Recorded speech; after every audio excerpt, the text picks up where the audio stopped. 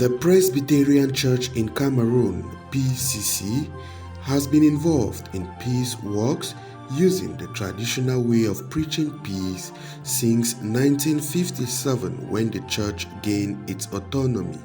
From the strides made to enhance and promote the virtues of peace, the PCC Peace Office saw the light of day. Everything begins with the background, and the PCC Peace Office is not left out. Since from 1886, when the missionaries came to Cameroon, they brought the message of peace, love, reconciliation, and we name the rest. And this grew to a time when Cameroonians could do their own things themselves. Of course, I'm talking about 1957 when the church had independence, precisely on the 13th November 1957, and Tamfang Valley. Some people emphasize the time was at exactly 11 a.m. And this initiative have been there, and a lot of preachers for peace preaching it by what the Bible says. But as time moves on, we saw that Christians were not living in isolation. We are living in a society where we have Buddhists, we have Hindus, we have persons of African traditional religion, and Muslims who also have their own perspective about peace. Now we live in a society with these people, and that's why as a kind of early warning sickness, our partners, Bread for the World, already saw this in 2004, where they could partner with the youth department, of course, like reducing the rate of violence in the country by targeting the youth. In 2019, when the PCC Peace Office became a full-fledged unit of the church, so much has been done in the aspects of peace building and conflict transformation. What road has the PCC Peace Office been able to cover so far? Sometimes in 2014, there was this need of communicating peace using other dimensions. Of course, the idea of peace, journalism, and conflict transformation was greatly brought by the church. This time, thank again to Bread for the World that they brought us a project called Peace, Journalism, and Conflict Transformation. This in itself started bringing members of the civil society together to identify themselves and work for peace. It also brought together journalists. As regards capacity building, the PCC Peace Office has a top-notch international standard program, the Training of Trainers Thought Workshop in Peace and Conflict Transformation. If there is one thing you will talk about PCC Peace Office, it will be on our strong sense of building capacity in young people. And this time our capacity is centered on peace, journalism, and conflict transformation. Those are two different areas that we have struggled over the years to also see that we empower youth, persons, faith-based, community-based in these various dimensions. Before I get deep into this, let me take this opportunity to thank the initiators of this idea of training of trainers, which of course started with Julius Zhang, he has own name in the Peace Office, Wolfram Music, Alexander, Mr. Alex, which many of us call him, that they could start this and with this capacity. Some of us were also trained through their efforts, and today, if you talk about the PCC Peace Office, I think one of the things that people know us about is this capacity. And we do not just do it at local level. I will tell you that we've attended a lot of international conferences or international programs on capacity. So what we simply do is that we also gather what we learn from outside. We step up our own level of capacity. We also go for training. And of course, we try to look at our environment. We contextualize the training. What is it that fits in our situation? And that's why many that we've trained, you can see them out there transforming and bringing new content day in, day out for the good of our society. That peace begins with us, the individuals. For us to have a peace and a just and peaceful society, the peace must begin with ourselves. Because if within us we are not having that peace, then there is no way that the society can be peaceful. Within the conflict transformation component, we have workshops that we organize, especially our internationally standard workshop, the TOT, the training of trainers workshops on peace and conflict transformation. We've had 5 intakes already, fellows from 5 badges, and now we are looking forward to the 6th. Effort by the PCC Peace Office to keep the flame of peace building alive is very much visible through their constant visit to schools, the creation of the Peace Builders Union, and the Cameroon Community Media Network, CCMN. You cannot build peace in a vacuum. We definitely thought it was necessary to build up some platforms. And the first child in the house was the Cameroon Community Media Platform, which of course today numbered more than 400 members. It has extended from 4 chapters to 6 chapters in 8 regions of Cameroon, and which today we can say that the journalists in their own way have formed a kind of bond in communication where they can access their works in different platforms. This is proof of the online surveys we have done, which in itself will tell that the platform has grown until we are now partners. They are not just beneficiaries to our project, we are now partners. They are mature enough that they can go out there and do activities on their own. But we still think that such platforms still has a lot, especially at the regulatory structure, putting in place the advisory board, which should be the main kind of regulatory aspect of the network, trying to see if this network has to do projects, how are they going to operate? And of course, we are the vision barrier, and we think that our presence in the network will continue to shape the vision of that network so that people don't carry it from what it was actually designed for to other things. As for the Peace Builder Union, one of the things that came in our mind that we can't just train people and allow them, and a kind of feedback, we're like, can these civil society members not form themselves into a Peace Builder Union, especially in Cameroon? And this idea was brought in 2018 during the 3rd batch, that they saw a need to bring all of them in what we call the alumni, the median meeting that took place in 2018. And since from then, these alumni have been doing great things. They are able to come together in a union. They are able to share together their various experiences. They are able to encourage even those that are still looking for ways and means in propagating peace. And I tell you, it's a wonderful platform. And we are looking forward to see how this platform can work with other existing civil society organizations. For instance, recently we were able to identify in 8 regions of Cameroon various civil society organizations that speak peace. Sometimes people just talk on their own, and people may not be able to differentiate between civil society and NGOs. So we are trying to bring these civil society organizations also together, and it's our wish that we have the funds to form them into a coalition. When something happens in Cameroon, these people say we condemn, we do this. It's good, but we think that if all of them are in a national coalition, we can speak as one person. And to us, this initiative was brought during our exchange of activity with partners of the All African Conference of Churches in Nairobi, where we were encouraged to carry this home, and we Christian it Together for Peace Cameroon.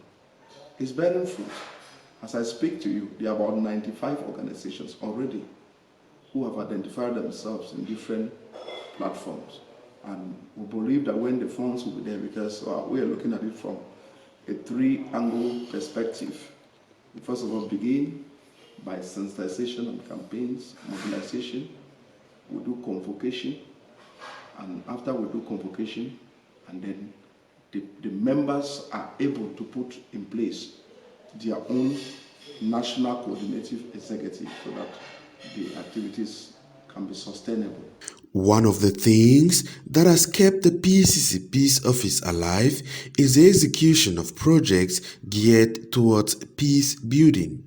The content of these projects, workshop and caliber of participants are what makes them unique.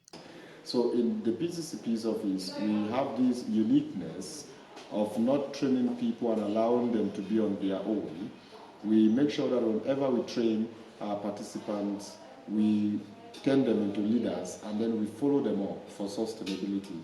So be sure that time and again, we always have activities that these same leaders will come to gain more capacity, to look at the situation of their work and to see where they can increase or where they can adjust. So to us, it's a community of practice that we are creating.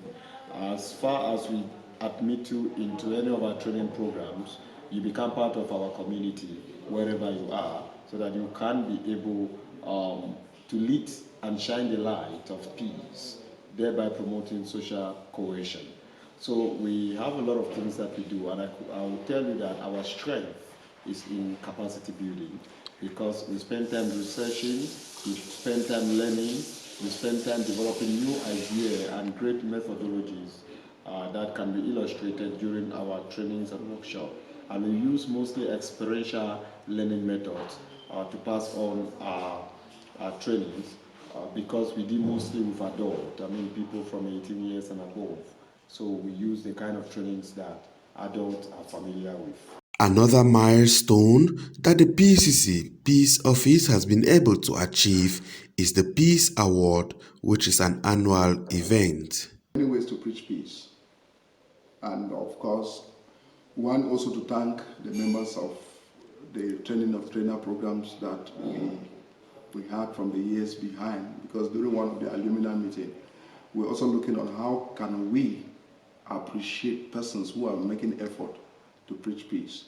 I know when people are recognized, when people are picked out among others to appreciate what they are doing, not for money, but just bringing them out to show to the world that these are the people who have been speaking peace. It will encourage other people to gain such an award. And we have struggled to make it not to be an award that has political underground. I tell you, there are people who are like trying to contact us if they could pay money to receive such an award. But no amount of money can give an individual that award. It is an award that comes from the nomination of members of the Peace Builder Union. They do the nominations, we simply publish a list and do the award. And for the past years, I think it has been wonderful that the maiden edition was won by the moderator of the PCC. A lot were put in place as criteria, and he's one of those persons that could, not just because he was head of the church, but he's one of those persons that went through turmoil, torture, because of the Anglophone crisis. You remember he was taken to court, you remember he shed tears, you remember how a lot of persons on social media spoke ills about him, but he did not relent his effort. He kept on doing all he did, getting to the level of bringing religious leaders together to form even a coalition, an interfaith kind of coalition. And not only that, he has been able to create a peace department in the Presbyterian Church in Cameroon.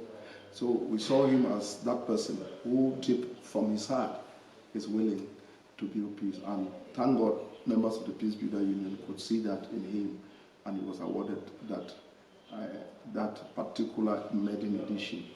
The second year saw some dynamics in the sense that some other categories came in. We had to divide the award into the male, the female, and the youth category. And this time, at the level of the main category, there was another clergyman, which means the clergy are not doing badly. And this time, it was our father, the late Christian Cardinal Toomey, who we all know his effort in bringing all the Anglophones together in all Anglophone General Conference. I'm happy I was part of it. I'm happy to have received his blessing to work with a great mind like that. They gave me the opportunity to be chairman of the steering committee on such a group. I am happy for the other religious leaders who also came in, and for my church to have also given me the opportunity to be part and parcel of this great group. He won the edition, and let me remind you that that is the last award Christian Cardinal Toomey received in his early journey. In fact, he could not come himself. He was being represented here by the vicar of the university here in Boya, the Catholic University. But when we got to him on phone, he celebrated the award. There was a party at the cathedral in Douala in honor of that award. So we are grateful that PCC Peace Office could put a smile on the face of a legend who lived his time preaching the gospel and building a peaceful community. The second award went to Ma'am Esther, a household name in Cameroon. She has been one of those persons with the Northwest and Southwest Women Task Force group. Now she's with Reach Out. She tried it in her own way. You know, sometimes to really identify women out there is usually a problem, but we think that just a little shine that she was able to do within the shortest time made members of the Peace Builder Union to see her initiative. And lastly, the youth who was a pioneer to come up with the award. I had never met him. I just heard the name from nomination, and I was asking, who is this young man? And from his profile, you see, it is not much that you do, it is the heart that takes you to do the things you do. And I think that Atigi Samuel, who won the youth category as the pioneer, deserved it from when it was presented to him. Since then, we've had opportunity to invite him for a series of programs, even to train him as a trainer. And he's quite that young person who is submissive, that young person who is obedient, that young person that embodies peace. And I think that when a young man like that gets to his peers, peace can easily be communicated. The feedback from participants and the community have always been positive, meaning that the PCC Peace Office is moving towards the right direction. We use reporting templates to follow up if these indicators are actually achieved. We have radio stations, we have communities where we go and we can have members of the communities picked at random to actually ask them about the impact of our project in that community. Going to our leaders that we trained, they use reporting templates to report the activities that they carry out following our training, and to make sure that these activities have actually been carried out. That is why we have other devices that do not go to the leaders, but go to the beneficiaries, those in the communities. They tell us what they like about the activities of these leaders. We can have this from testimonies that people have called, others have even come to the office to tell us how our programs, especially the radio programs, have touched them and given them psychosocial support that has made them to gain resilience in their communities, especially the IDPs who were displaced. We have many radio programs that give them psychosocial support. And also we had some youths that we empower them economically. When we go back to them, we see them growing and being independent. The Reverend Ntha William Te has been National Coordinator of the Peace Office since 2019. With him at the helm, they have been able to achieve a lot. However, there is much to be done. Wow, a lot of things look promising. First of all, the church is talking peace, and to me it's joy. And you know, when I was in Nairobi during the AACC International Peace Conference, Presbyterian Church in Cameroon was the only structure, again, within AACC that had peace as a department. I mean, the rest were still getting into it. So it gives me great joy, of course, for the visionary of the church, that we could put this in a separate unit that can operate on its own. You got it from the synod clerk, in some other workshop discussion, how he has been appreciative on this vision of the number one person of the church. There's a lot I have in mind. Just to tell you that I've had the opportunity to do other work, to work with other international organizations. As a pastor, sometimes I'm tempted to go after money, but then I think of one thing: why do I do the things I am doing as a humanitarian actor? First, we do the things we are doing because we go with our hearts, and it has helped me to develop a training concept, which I call it a VNAB, the force to see, feel, act, and established.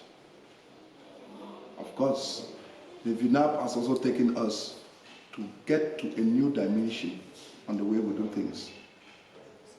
Peace can only come when there is true reconciliation, when there is true reconstruction, when there is true restoration, the 3 R's, which I say P equals to R, 3 Rs. So if this is a formula that a Cameroonian community can use, then the future is bright for us. I see a peace office where it will grow from the level of the congregation, from a peace club, level of community, having peace clubs, where people can settle things from local environment. A practical example is the Rwandans, as they could build peace in their community, and of course they use what they call the kachacha. And we have these local means. I come from Jiko, I come from Bo. There are means in which people reconcile their conflicts. These are the new dimensions we are thinking of facing in the future. How do Africans look into things of peace? How do we use our own local mediums in communicating peace? I think if we go back to that, we may be succeeding, because from critical analysis, our parents did not have the kind of wars we have today. They had differences, they had conflicts, but they could easily resolve them. So we can go to those olden kind of medium and see how we integrate them with the modern ones. The PCC Peace Office is a full-fledged unit of the Presbyterian Church in Cameroon with a clear structure, headed by a national coordinator with offices of the Programs Officer, Administrative Assistant, Monitoring and Evaluation Officer. In the future, we are thinking of expanding our peace department to all regional headquarters. Let it be in all regions with coordinators. We are thinking of employing more than 1,000 to 2,000 Cameroonians who work for peace if we have the project. We are thinking of working with international organizations. We are thinking of increasing our spending capacity, not only to work like charitable organization, but that we can step forward to do projects of billions to the glory of God. It is a vision that looks like, oh, how can this happen? But I know when God is involved, many things grow like a mustard seed. So I am optimistic, and I pray God that within the time that my church will give me to lead this particular arm of the church, He should protect me, give me the energy, give me the knowledge to be able to carry all these visions into actions. The magma that comes out of every conflict, when it's not well managed, it brings pain to the people. The PCC Peace Office is specialized in capacity building, non-violent actions and mediation. It has a top-notch international standard program, the Training of Trainers workshop in peace and conflict transformation, amongst others.